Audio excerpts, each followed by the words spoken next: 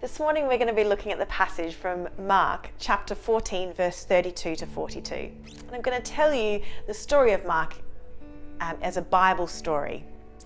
So when Jesus and his disciples arrived in a place called Gethsemane, he said to them, "Sit here while I pray." He walked on with three of his closest friends, Peter, James and John. As they walked, he began to feel deeply distressed and troubled. He turned to his friends and said, "My soul is overwhelmed with sorrow to the point of death. Stay here and keep watch." Jesus left them and walked on a little further before falling to the ground. As he lay there, he prayed, "Abba, Father, everything is possible for you.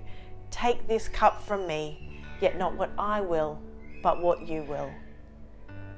When he had finished praying, he got up. On returning to his friends, he found them fast asleep. Jesus said to them, "Are you asleep?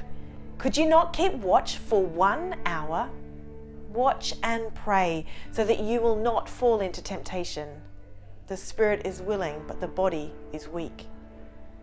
Jesus left them and withdrew and repeated his prayer to God.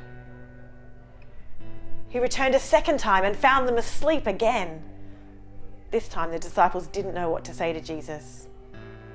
Once more, Jesus withdrew to pray. And returning for the third time, he said to them, "Are you still sleeping and resting? Enough! The hour has come. Look, the Son of Man is betrayed into the hands of sinners. Let us go. Here comes my betrayer." There is so much that we can learn from this story and Jesus' experience with the disciples in Gethsemane. Jesus demands that we have a spiritual determination to obey him, even when it requires us to go against our own desires. Jesus asked his friends to pray for him. However, they gave in to their own desires and they slept.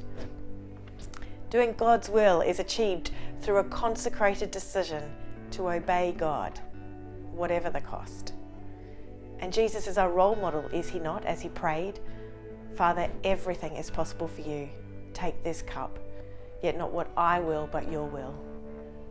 It was not Jesus' desire to die on the cross, but he was obedient to God's call on his life. The second thing we learn from this passage is that the way to overcome temptation is to keep watch and to pray. In the garden, Jesus asked his disciples to do this so they would not enter into temptation. Jesus prayed and he was able to resist the temptation of fleeing from the cross. But instead, the disciples slept. Instead of praying, they yielded to temptation and abandoned Jesus. Isn't vigilant prayer necessary to win this battle over temptation of our flesh? The third thing we learn is that the person who is praying should be honest and express their true feelings towards God. In the garden, Jesus expressed his dread of the coming trials. He didn't shy away from his feelings, but he also reaffirmed his commitment to what God wanted him to do. So the next time you come before Jesus and you're afraid to share your real feelings, remember that he did the same to his Father in that Garden of Gethsemane. And the last thing I want to share with you today is that when God's answer to prayer is different from what a person wants or requests, we need to accept God's will. In Gethsemane, Jesus asked to be freed from the cup of the cross, but afterwards he submitted to God on the cross. Paul asked that he would be freed from the thorn in his flesh, but God's answer to him was grace to live with the thorn.